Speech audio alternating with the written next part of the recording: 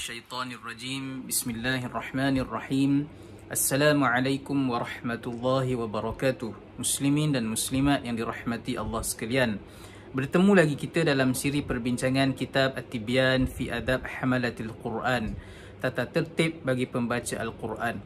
Sebelum kita meneruskan kepada perbincangan pada siri kali ini, suka untuk saya mengajak sidang pendengar, sidang penonton untuk yang belum lagi menekan butang subscribe YouTube channel TV MAMBS, boleh menekan butang subscribe yang berada di bawah, dan boleh follow Facebook page Masjid Al-Muktafi Billah Shah dan juga Instagram mambs.kt. Di sana kita sediakan pelbagai informasi pengisian yang bermanfaat, terutamanya perbincangan kitab-kitab seperti mana yang akan kita bicarakan pada hari ini, iaitu tata tertib pembaca Al-Quran. Hadirin mukminin sekalian, pada kali ini kita akan menyambung pada fasal yang berikutnya, iaitu yang diberikan tajuk suruhan menjaga hafalan Al-Quran dan peringatan terhadap masalah lupa. Al-Imam An-Nawawi rahimahullahu ta'ala meletakkan satu fasal yang khusus, terutamanya kepada mereka yang menghafaz Al-Quran, bahawa Nabi sallallahu alaihi wasallam banyak memberikan peringatan kepada mereka-mereka yang menghafal Al-Quran supaya tidak melupakan hafalan Al-Quran yang dihafal oleh mereka, sebagaimana yang diriwayatkan oleh Abu Musa Al-Ash'ari radhiyallahu anhu. Abu Musa Al-Ash'ari seorang sahabat Nabi sallallahu alaihi wasallam yang antaranya beliau merupakan ahli Al-Quran.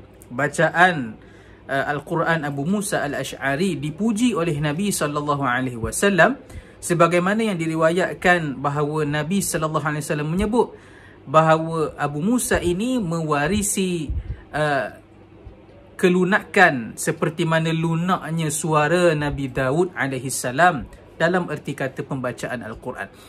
Apa yang diriwayatkan oleh Abu Musa Al-Ash'ari bahawa Rasulullah sallallahu alaihi wasallam mengatakan, bersabda, kata Nabi, peliharalah hafalan Al-Quran, dan demi diri Muhammad yang berada di dalam genggamannya, hafalan Al-Quran lebih mudah terlepas berbanding daripada ikatan seekor unta di lehernya.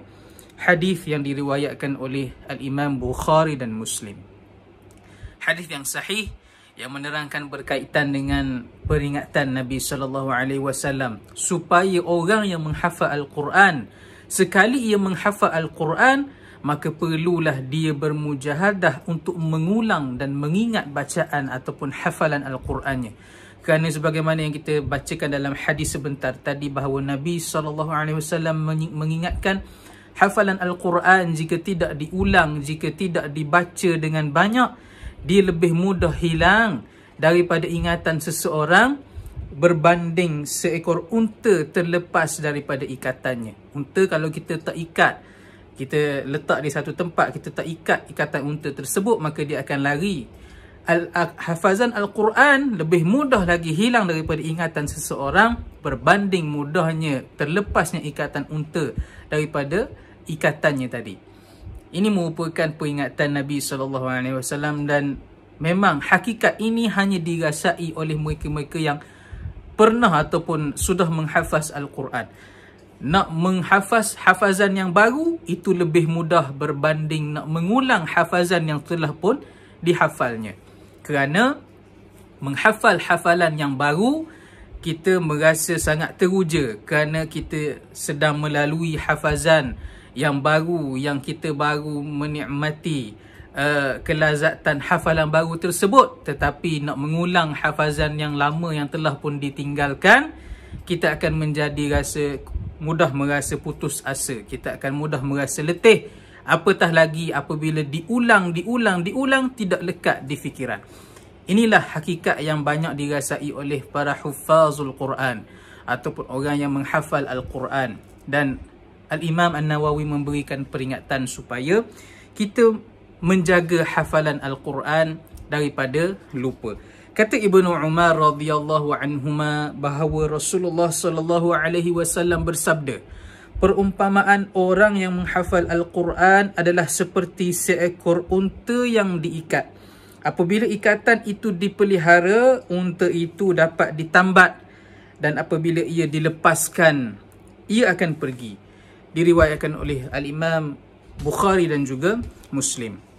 Dan ada lagi riwayat daripada Anas bin Malik radhiyallahu anhu mengatakan Rasulullah sallallahu alaihi wasallam bersabda, "Aku diperlihatkan dengan semua ganjaran umatku, walaupun sekadar kotoran yang dikeluarkan ataupun dibersihkan seseorang daripada masjid. Aku juga diperlihatkan dengan dosa-dosa umatku, dan aku tidak melihat dosa yang paling besar melainkan dosa orang yang menghafal Al-Quran ataupun menghafal surah ataupun ayat Al-Quran kemudian dia melupainya." Hadis ini diriwayatkan oleh Al-Imam Abu Daud dan juga At-Tirmizi. Dan terdapat juga yang diriwayatkan oleh Sa'ad bin Ubadah mengatakan bahawa Nabi SAW bersabda, "Sesiapa yang membaca Al-Quran, yakni menghafal Al-Quran, kemudian dia lupa, dia akan bertemu Allah Subhanahu wa taala pada hari kiamat dalam keadaan tangannya kudung." Hadis riwayat Imam Abu Daud dan juga At-Tirmizi.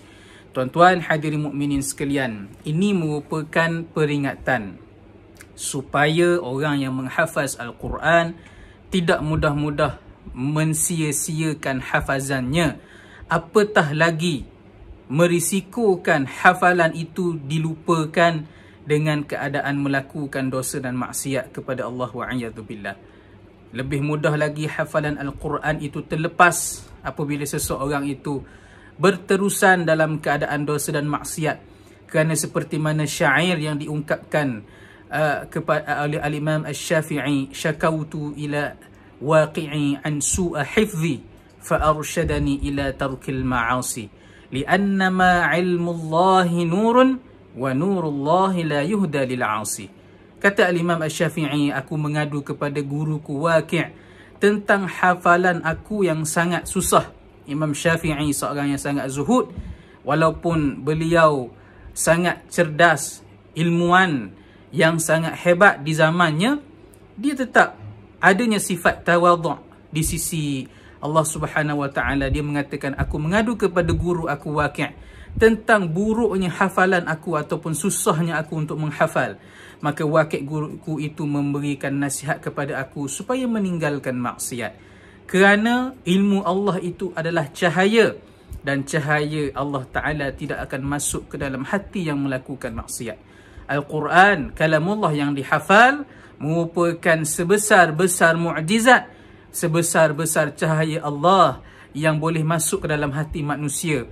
Dan jika hati manusia itu dikotori dengan maksiat kepada Allah Subhanahu wa taala, pasti hafazan Al-Quran itu tidak akan lekat dalam dirinya. Ada setengah orang mengatakan, kalau begitu baiklah kita tak hafal Quran. Kalau kita hafal Quran, nanti diancam dengan dosa kerana melupakan hafalan Al-Quran.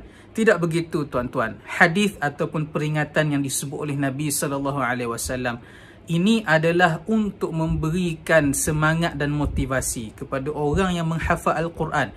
Sebagaimana yang disebut oleh para ulama apabila membicarakan akan hadis ini, sebagaimana yang disebut juga oleh Al-Imam At-Tirmizi dalam membicarakan hadis berkenaan dengan orang yang dosa orang yang melupakan hafalan Al-Quran ini, bukanlah untuk menakut-nakutkan manusia, nantinya manusia tidak akan ada yang menghafal Al-Quran. Tidak. Al-Quran kalamullah, walaupun tidak ada orang yang menghafaznya, tetap akan terpelihara sehingga ke hari kiamat. Namun memberikan semangat dan motivasi kepada sesiapa sahaja yang walaupun menghafaz satu surah dalam Al-Quran, ulanglah bacaan anda supaya tidak lekang daripada akal, tidak luput daripada hati, dan nantinya hafazan Al-Quran itu akan memberikan manfaat kepada kita semua di negeri akhirat yang kekal abadi. Sehingga kita bertemu lagi dalam siri yang akan datang, yang akan kita bicarakan bagaimanakah keadaan apabila kita tertidur ketika membacakan ayat-ayat Al-Quran. Akan kita bicarakan dalam siri yang akan datang. Mudah-mudahan kita bertemu lagi. Aqulu qawli hadha wa astaghfirullahal azim li wa lakum. Wassalamualaikum warahmatullahi wabarakatuh.